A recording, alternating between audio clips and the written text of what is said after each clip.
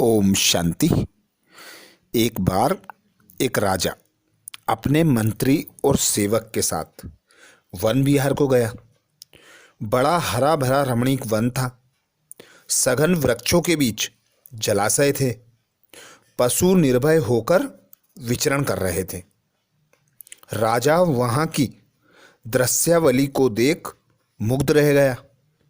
तभी उसे थोड़ी दूर पर एक हिरण दिखाई दिया।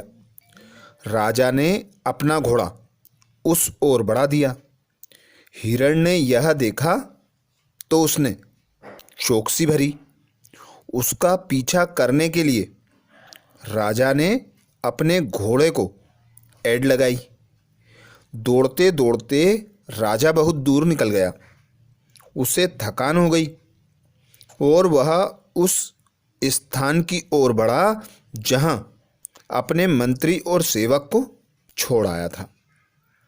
उधर राजा बहुत देर तक नहीं लौटा तो मंत्री ने सेवक से कहा कि जाओ राजा को खोज कर लाओ। सेवक चल दिया। थोड़ी दूर पर एक अंधे साधु अपनी कुटिया के बाहर बैठे थे। सेवक ने कहा, ओरे अंधे, इधर से कोई घुड़सवार तो नहीं गया? साधु बोले, मुझे पता नहीं। काफी देर तक सेवक नहीं लौटा तो मंत्री को चिंता हुई और वह राजा की खोज में निकल पड़ा। संयोग से वह उसी साधु की कुटिया पर आया और उसने पूछा, ओ साधु, क्या इधर से कोई गया है? साधु ने उत्तर दिया, हाँ मंत्री जी, अभी यहाँ होकर एक नौकर गया है। मंत्री आगे बढ़ गया। कुछ ही क्षण बाद स्वयं राजा वहाँ आया। उसने कहा, ओ साधु महाराज, इधर से कोई आदमी तो नहीं गए? साधु ने कहा, राजन, पहले तो इधर से आपका नौकर गया, फिर आपका मंत्री गया और अब आप पधारे। इसके पश्चात जब तीनों मिले तो उन्होंने उस साधु की चर्चा की। सबको आश्चर्य हुआ कि नेत्रहीन होते हुए भी साधु ने उन्हें कैसे पहचान लिया।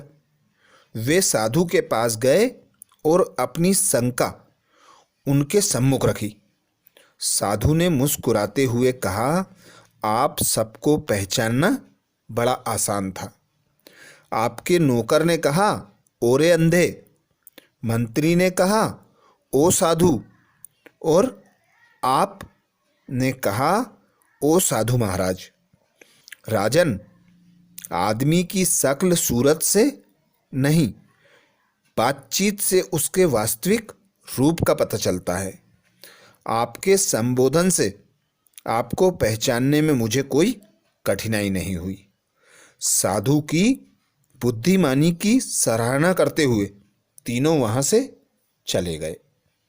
अर्थात इस कहानी से हमें यह शिक्षा मिलती है कि मनुष्य की वास्तविक पहचान उसके बोल से होती है। उसके बोल जैसे होते हैं उस अनुसार ही उसका स्वरूप, पद व व्यक्तित्व होता है। तो अपने बोल को सदा अपने स्वरूप के अनुसार आदमी बोलता है। तो बाबा हम बच्चों को इस कहानी से यह शिक्षा देते हैं कि तुम बच्चे ज्ञानी तू आत्मा हो। तुम आत्माओं के बोल ऐसे होने चाहिए जिससे सभी को सुख प्राप्त हो, शांति प्राप्त हो, आनंद प्राप्त हो। क्योंकि बोल ही मनुष्य के व्यवहार को, मनुष्य के कर्म को निर्धारित करते हैं।